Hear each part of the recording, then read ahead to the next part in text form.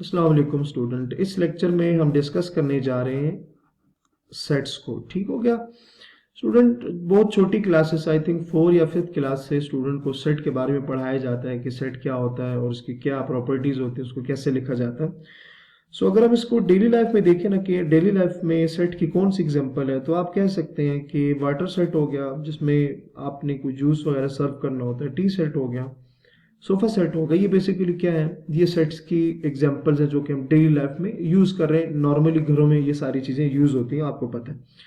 ठीक हो गया। अब नेक्स्ट हम ये देखते हैं कि जो सेट्स है इसका इसके अलावा कहाँ कहाँ पे यूज है। सो हम लिखते हैं कि डेली लाइफ यूज के सेट जो है इनका डेली लाइफ में कहाँ पे यूज है, डेली लाइफ यूज। ठीक है।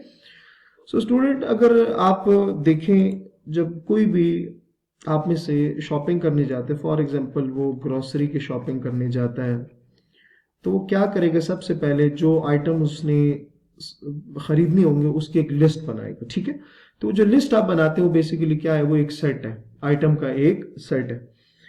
इसके अलावा आप व्हाट्सएप पे या डिफरेंट जो सोशल मीडिया की जो रिलेटेड साइट्स हैं, व्हाट्सएप हो गया या इंस्टा हो गया या फेसबुक हो गया, आप उसमें क्या करते हैं कि आप उस पर डिफरेंट ग्रुप्स बनाते हैं।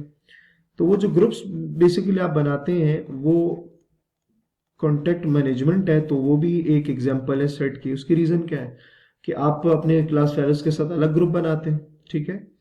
इसके अलावा आप रिलेटिव्स के साथ, अपने कजन्स के साथ, फैमिली मेंबर के साथ अलग ग्रुप बनाते हैं। तो बेसिकली जो कॉन्टेक्ट मैनेजमेंट है जिसमें आप डिफरेंट ग्रुप बनाते हैं, वो भी हमारे पास क्या सेट की एग्जांपल है जो कि डेली लाइफ में हम यूज़ कर रहे हैं।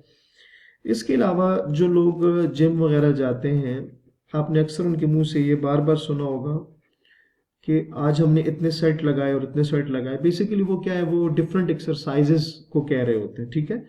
किसी ने उस दिन पे 5 एक्सरसाइजेस लगाई तो मतलब 5 डिफरेंट एक्सरसाइजेस लगाए, उसके सेट लगाए। तो बेसिकली फिटनेस रूटीन में भी आप सेट को यूज कर सकते हैं। ठीक हो गया। इसके अलावा क्लास शेड्यूल हो गया, बजट बनाने के लिए, बुक कैलकुलेशन, आपके पास बुक अगर कलेक्शंस है तो उसको भी आप सेट कंसिडर कर सकते हैं। होम ऑर्गेनाइजेशन में भी सेट जो है वो यूज किया जा सकता है। ठीक हो गया। ये तो हमने जनरल सी बात की। अब आ जाते हैं डेफिनेशन पे कि मैथमेटिक्स में डेफिनेशन को किस तरह से डिफाइन किया जाता है। So definition will be definition. अच्छा स्टूडेंट, आपने डेफिनेशन बार बार सुनी होगी छोटी क्लासेस। मैंने अभी भी आपको कहा कि सेट बहुत बेसिक 4th आई थिंक या 5th क्लास से पढ़ाया जाता है। सो इसकी डेफिनेशन क्या है? डेफिनेशन लिखी हुई होती है हर जगह पे कि अ कलेक्शन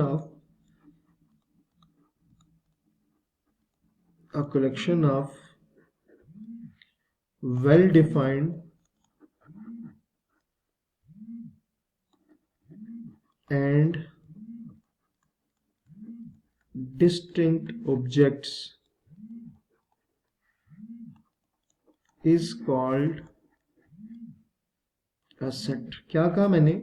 क्या collection of well defined and distinct objects is called a set. यहां स्टूडेंट आपने दो जो वर्ड हैं इनको अच्छे से समझना है। एक वर्ड है आपके पास वेल डिफाइंड, ये जो वेल डिफाइंड लिखा हुआ है ये पहला पॉइंट है, इसको आपने बहुत अच्छे से समझना है। दूसरा पॉइंट क्या है? डिस्टिंक्ट। ठीक है। हम इनको अलग अलग से भी डिस्कस कर लेते हैं कि इनका क्या मतलब है। डिस्टिंक्ट का स्टूडेंट अगर आप इंग्लिश में मतलब समझें तो डिस्टिंक्ट का मतलब क्या होता है कि ये डिफरेंस होता है बेसिकली। और अगर आप उसको उर्दू में देखें तो उसका मतलब क्या है कि जिन चीज़ों में फर्क होता है वो बेसिकली डिस्टिंक्ट होती हैं। सही हो गया। तो डिस्टिंक्ट का मतलब क्या होगा? डिफरेंस। सो डेफिनेशन में क्या है कि सेट में जो चीज़ें होंगी वो रिपीट नहीं हो सकती। वो हर चीज़ या हर आइटम या सेट का हर एलिमेंट पिछले जो एलिमेंट्स हैं उनसे डिफरेंट होगा। इसका ये मतलब है। तो पहली बात क्या होगी कि सेट में जो जो भी आपने चीजें इंक्लूड करनी वो डिफरेंट होगी, वो रिपीट नहीं हो सकती, वो सेम नहीं हो सकती। ठीक है। दूसरा जो वर्ड है हमारे पास वो है वेल डिफाइंड का। और वेल डिफाइंड का जो वर्ड है इसको आपने बहुत ही अच्छे से अंडरस्टैंड करना है कि वेल डिफाइंड का क्या मतलब है। वेल डिफाइंड का स्टूडेंट मतलब ये है कि कोई भी चीज वेल डिफाइंड तब होती है कि उसमें वो एबिलिटी हो कि उसको सेट में कंसिडर या इंक्लूड किया जा सके। फॉर एग्जांपल मैं एक एग्जांपल आपको यहाँ लिख के देता हूँ। एग्जांपल ये कि मैं लिखता हूँ कि a set of good story book, a collection of, या अ सेट ऑफ, चलिए आप इसको ऐसे कर दें, a set of good are favourite story books, ये मैंने एक एग्जांपल लिया, ठीक है।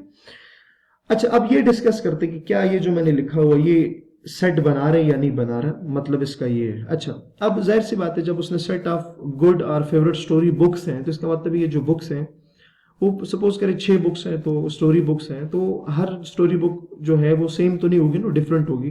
तो इसका मतलब ये होगा कि जो सेट है स्टोरी बुक्स का, बेसिकली उसके जो एलिमेंट्स है जो कि बुक्स हैं वो डिफरेंट है। तो पहली बात तो क्या हो रही है, सेटिस्फाई हो रही है कि सेट के जो एलिमेंट्स होने चाहिए वो डिफरेंट होने चाहिए, तो बुक्स भी डेफिनेटली डिफरेंट होंगे, सही है। अब आ जाते हैं वेल डिफाइंड पे। तो अगर आप इसको समझे तो ये वेल डिफाइंड नहीं है। वेल डिफाइंड क्यों नहीं है?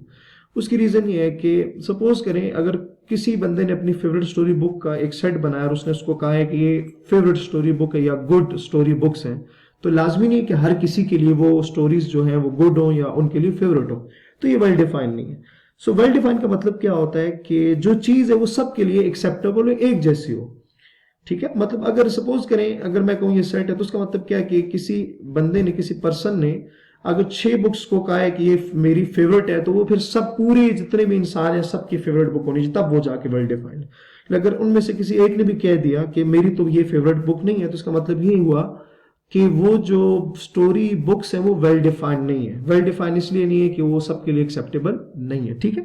तो ये आपने इसको इस तरह से देखना है कि जो चीज आप सेट में इंक्लूड कर रहे हैं वो सबके लिए एक जैसी वैल्यू रखती हो, एक जैसी वर्थ हो, या एक जैसा उसके लिए एक्सेप्टेबल हो, ठीक है। तो ये वेल डिफाइंड होगा। सो आप कह सकते हैं कि a collection of well defined and distinct objects is called a set, ठीक हो गया। नेक्स्ट हम डिस्कस कर लेते हैं कि सेट को कितने मेथड से लिखा जा सकता है। सो आपने हेडिंग देनी है कि देयर आर थ्री मेथड्स या there are 3 different ways of describing a set. There are 3 different ways to describing a